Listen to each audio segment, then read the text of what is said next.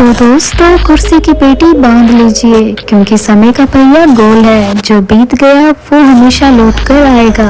तो दोस्तों 2018 में जो चेयर्स हमने फील किए थे थिएटर में वो वापस आ गए हैं। तो मैं बात कर रही हूँ तुम्बाड़ मूवी की। मूवी की शुरुआत में हम देखते हैं कि विनायक नाम का एक आदमी अपने बेटे पांडुरंग को पूर्ति की देवी की कहानी सुना रहा होता है।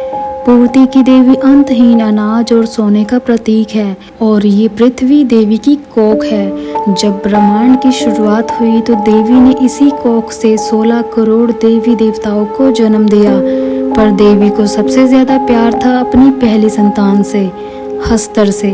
पर आज किसी भी देव पुराण में ढूंढो तो उसका नाम नहीं मिलेगा, क्योंकि उसे देवी का सारा सोना और अनाज पाना था। सोना तो उसने मनमानी से उठा लिया, पर जैसे ही वो अनाज की ओर बढ़ा, बाकी देवी देवताओं ने उस पर प्रहार करना शुरू कर दिया। देवताओं के हर वार से वो तिनकों में बिखरता चला गया। इससे पहले कि वो ब्रह्मांड की धूल में हमेशा के लिए मिल जाता, देवी ने उसे बचा लिया। पर उसे बचाने की एक शर्त थी कि उसे कोई नहीं पूजेगा और उसका नाम हमेशा के लिए भुला दिया जाएगा। कई युग बीत गए, हस्तर अपनी माँ की कोख में सोता रहा, पर एक दिन हमारे ही पूर्वजों ने उसे याद किया और उसके नाम का मंदिर बना दिया। कहते हैं उस दिन से देवताओं का क्रोध तुम्बाड़ पर बारिश बनकर बरस रहा है। अब हमें 1918 का समय दिखाया जाता है, जहां विनायक की मां को देखते हैं, जो कि एक अमीर आदमी की नौकरानी थी। आदमी को सब सरकार कहकर पुकारते थे और माँ उसकी कामुक इच्छाओं की भी पूर्ति करती थी, इस उम्मीद में कि वो उसे सोने की मुद्रा देगा जो कि हस्तर की मूर्ति पर रखी हुई थी। पर सरकार का कहना था ऐसे नहीं मिलेगा, कमाना पड़ता है। उधर घर पर विनायक और उसका भाई सदाशिव परेशान थे कि माँ नहीं है तो दादी को खाना कौन खिलाएगा। विनायक दादी के लिए खाना बनाता है, लेकिन खुद देने जाने के बजाय सदाशिव को भेजता है। सदाशिव दरवाजे के बाहर पहुंचा ही था कि तभी माँ आ जाती है और दोनों को खूब डांट लगाती है। फिर वो खुद खाना बनाती है और दादी के कमरे में जाती है। यहाँ हमें देखने को मिलता है कि दादी कोई आम इंसान नहीं है, बल्कि एक शैतान है। उनके शरीर का मांस सड़ चुका है और वो कई सालों से जी रही है ऐसे ही एक कमरे में पड़े पड़े। इसलिए उनको लेकर सबके मन में खौफ था, क्योंकि वो थी ही इतनी डरावनी कि कोई भी उनके पास ना जाए और हर वक्त उन्हें सुलाकर रखा जाता था। विनायक और माँ के बीच की बातचीत से पता चलता है कि विनायक को भी सोने की मुद्रा चाहिए और सरकार उनका पिता है। एक तरह से विनायक और सदाशिव सरकार के नाजायज बेटे थे। वो बूढ़ी दादी सरकार की दादी थी, जिनका ख्याल रखने का जिम्मा सरकार ने इन्हें दिया, क्योंकि कोई और उनका ख्याल रखने को तैयार नहीं था। दादी जाग उठती है और बहुत डरावनी आवाज में कहती है, मुझे खजाना नहीं चाहिए, मुझे जाने दो। तो माँ डरकर उनके पास जाकर कहती है कि सो जा, वरना हस्तर आ जाएगा। इतना बोलते ही दादी तुरंत सो जाती है। खबर आती है कि सरकार अब नहीं रहा, तो माँ कहती है कि यहाँ रहने का कोई मतलब नहीं, अब हम तुम्बाड़ छोड़कर पुणे निकलेंगे। विनायक कहता है कि महल में कहीं कोई खजाना छुपा हुआ है, उसे ढूंढते हैं ना। माँ कहती है कि सरकार पूरी जिंदगी ढूंढता रहा, उसे कहीं नहीं मिला और पुरखों की सारी कमाई भी उड़ा दी। विनायक कहता है कि ये बुढ़िया सरकार की दादी है, तो उससे पूछे क्या। तो माँ कहती है कि हिम्मत है तो जा खुद ही पूछ ले। ये सब चल ही रहा था कि तभी अचानक पेड़ से नीचे गिरने की वजह से सदाशिव बुरी तरह से घायल हो जाता है। माँ सदाशिव को लेकर तुरंत भागती है अस्पताल की ओर और विनायक से कहती है कि आज बुढ़िया को तुम्हें ही खाना खिलाना होगा। अगर वो उठ गई तो कहना सो जा, वरना हस्तर आ जाएगा। वो तुरंत सो जाएगी। रास्ते में ही सदाशिव की मौत हो जाती है, तो माँ महल की ओर चली जाती है जहाँ सरकार रहता था। विनायक खाना बनाने की कोशिश करता है, पर सब सामान अपने ऊपर गिरा लेता है और तभी दादी भूख के मारे जाग जाती है। दादी कहती है कि खजाना चाहिए क्या, तो विनायक दरवाजा खोल के उनसे पूछने चला जाता है कि कहाँ छुपा है खजाना। दादी कहती है पहले खाना दो, भूख लगी है, वरना मैं तुम्हें खा जाऊंगी।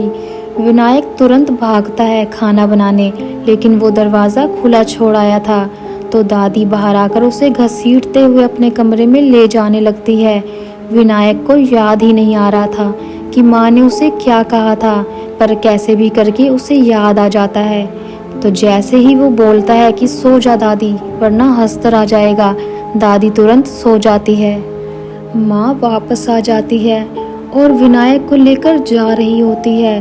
तो विनायक जिद करता है कि बूढ़ी दादी को बांध के रखते हैं और तब तक खाना नहीं देंगे जब तक वो बता नहीं देती कि खजाना कहाँ है। माँ उसे सोने की एक मुद्रा देते हुए कहती है कि यही चाहिए था ना तुझे, ले और चुप बैठ। तेरा भाई मर गया और तुझे खजाने की पड़ी है, इससे अच्छा उसकी जगह तू मर जाता। है तो तू उस लालची सरकार का ही बेटा ना, तो लालच तो भरा ही होगा। तू वादा कर कि आज के बाद पलट के तुम्बाड़ कभी नहीं आएगा। माँ के इतना जिद करने पर विनायक कहने को कह देता है कि हाँ नहीं आएगा कभी। अब कहानी यहाँ से 15 साल आगे बढ़ती है, जहाँ हम देखते हैं कि विनायक वापस आया है अपने तुम्बाड़ वाले घर पता लगाने खजाने का। वो अपने घर जाता है तो दादी उसे अब भी जिंदा मिलती है, लेकिन बहुत ही बदतर हालत में। उनका दिल बाहर ही धड़क रहा था और धड़ जमीन में घुस गया था और शरीर के बीच से पेड़ उगाया था। विनायक पूछता है कि दादा के मरने के बाद तुम्हें सती पर क्यों नहीं बिठाया? तो दादी बताती है कि उन्हें मेरी जरूरत थी, कुएं में उतरने में सबसे तेज थी मैं। तुम वहां मत जाना, इस श्राप से बाहर निकलो, इसका अंत मुझसे हुआ था, इसे फिर से शुरू मत करो। विनायक कहता है कि खजाना कहाँ है, मुझे बताओ, उसमें से आधा हिस्सा तुम्हारा होगा। तो दादी कहती है कि मुझे खजाना नहीं चाहिए, मुझे मुक्ति चाहिए। तुम आग में मुझे जलाकर मुझे मुक्ति दे दो। वहां नहीं जाना, तेरे हाथ में है, उसके बाद तेरे हाथ में कुछ नहीं रहेगा। विरासत में मिली हर चीज पर दावा नहीं करना चाहिए। विनायक कहता है मैं नहीं करूँगा तो कोई और कर लेगा। दादी कहती है लालची है तू। तो विनायक कहता है कि यही तो एक गुण है मुझ में। विनायक दादी को मुक्ति देकर पहुंच जाता है महल में खजाना ढूंढने। महल में एक कुआं था जिससे नीचे उतर के विनायक महीनों तक एक सुरंग खोदता रहता है और फिर उसे मिलता है एक बक्से जैसा कुछ, जिसे देखकर वो बहुत खुश होता है। वो वापस अपने घर जाता है तो उसके पड़ोसी और बीवी पहले तो उसे पहचान ही नहीं पाए, लेकिन फिर वो अपनी बीवी के साथ खूब प्यार करता है खजाना मिलने की खुशी के मारे। विनायक अफीम का धंधा करने वाले राघव नाम के एक आदमी के पास जाता है जिस पर पहले से ही उधारी चल रही थी। वो उसे ही सोने की मुद्रा का खरीदार बना लेता है और अपना कर्ज भी चुका देता है। विनायक को जब भी पैसों की जरूरत होती वो महल जाता और सोने की मुद्रा ले आता। तो राघव के मन में ये आता है कि ये एक साथ सारा सोना क्यों नहीं ले आता। विनायक इतनी मुद्राएं ले आया था कि राघव के पास पैसे नहीं थे खरीदने के लिए, तो अब उसका उधारी शुरू हो जाती है। विनायक की गैर मौजूदगी में राघव विनायक की बीवी वैदेही से पूछने जाता है कि आखिर वो सोना कहाँ से लाता है, पर उसे भी कुछ नहीं पता था। तभी वहाँ विनायक आ जाता है तो वो समझ जाता है कि राघव के मन में कुछ ज्यादा ही सवाल चलने लगे हैं। विनायक पहले बस से तुम्बाड़ जाता था, पर अब पैसे आने के बाद उसने बाइक ले ली थी और अब उसी से जाता था खजाना लाने। विनायक को एक बेटा होता है और अब तो वो बिल्कुल सरकार की जिंदगी जीने लगा था, यानी कि ऐशो आराम की जिंदगी जैसे अमीर लोग जीते हैं।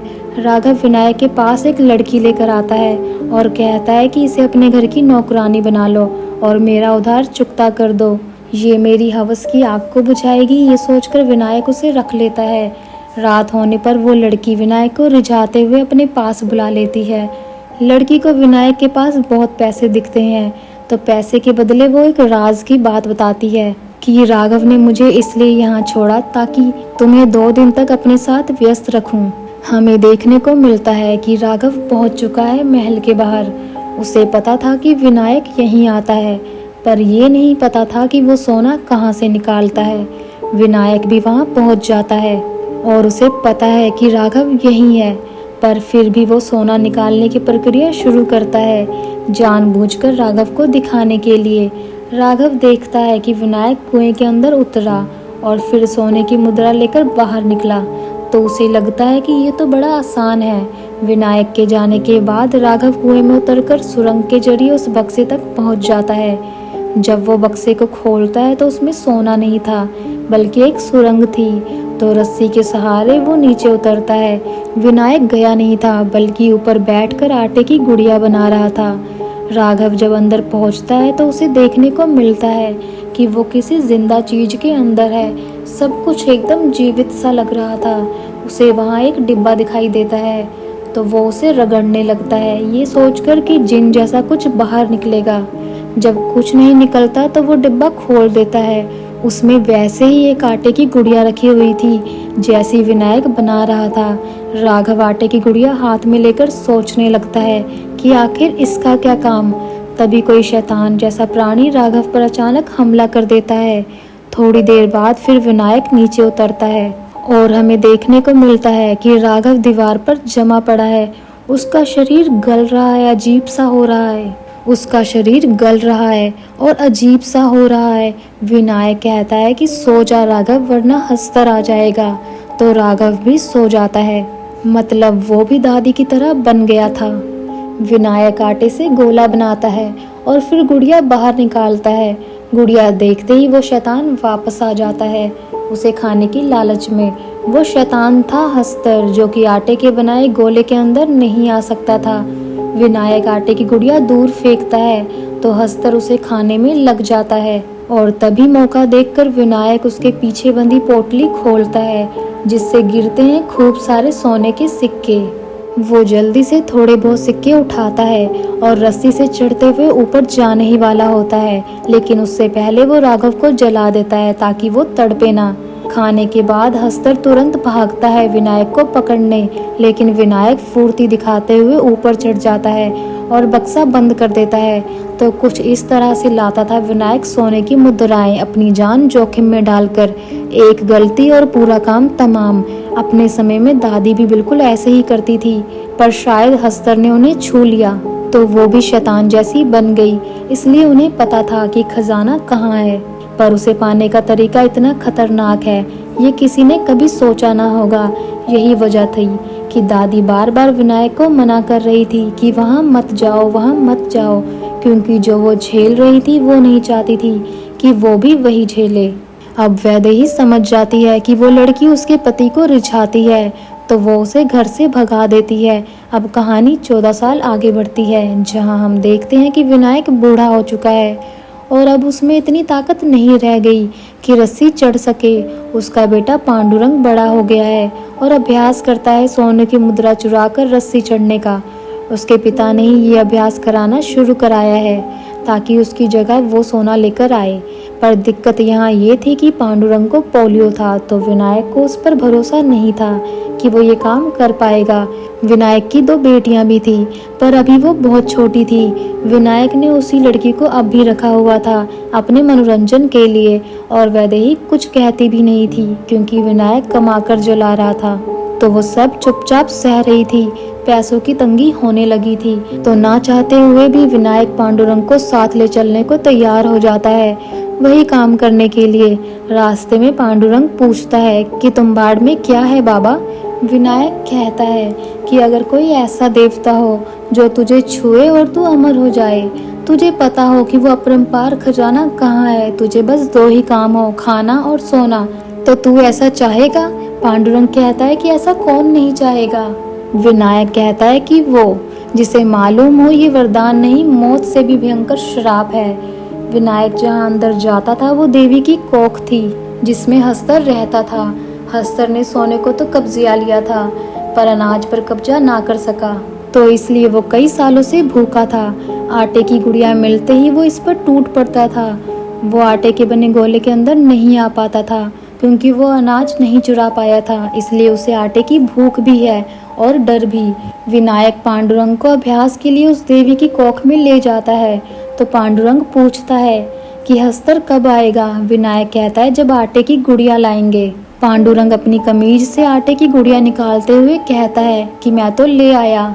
आटे की गुड़िया देखते ही हस्तर तुरंत आ जाता है, तो वो दोनों भाग खड़े होते हैं। पांडुरंग मौका देख खतरा मोल लेते हुए 2-4 मुद्राएं चुराने में कामयाब हो जाता है।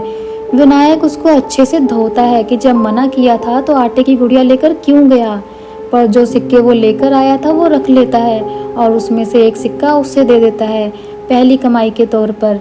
यहाँ ये बात तो साफ हो जाती है कि पांडुरंग भी लालची ही है अपने पिता की तरह, क्योंकि उसे अपनी जान बचाने से ज्यादा सिक्का चुराना सही लगा, या फिर शायद वो अपने पिता को खुश करना चाहता था इसलिए इतना बड़ा जोखिम उठाया।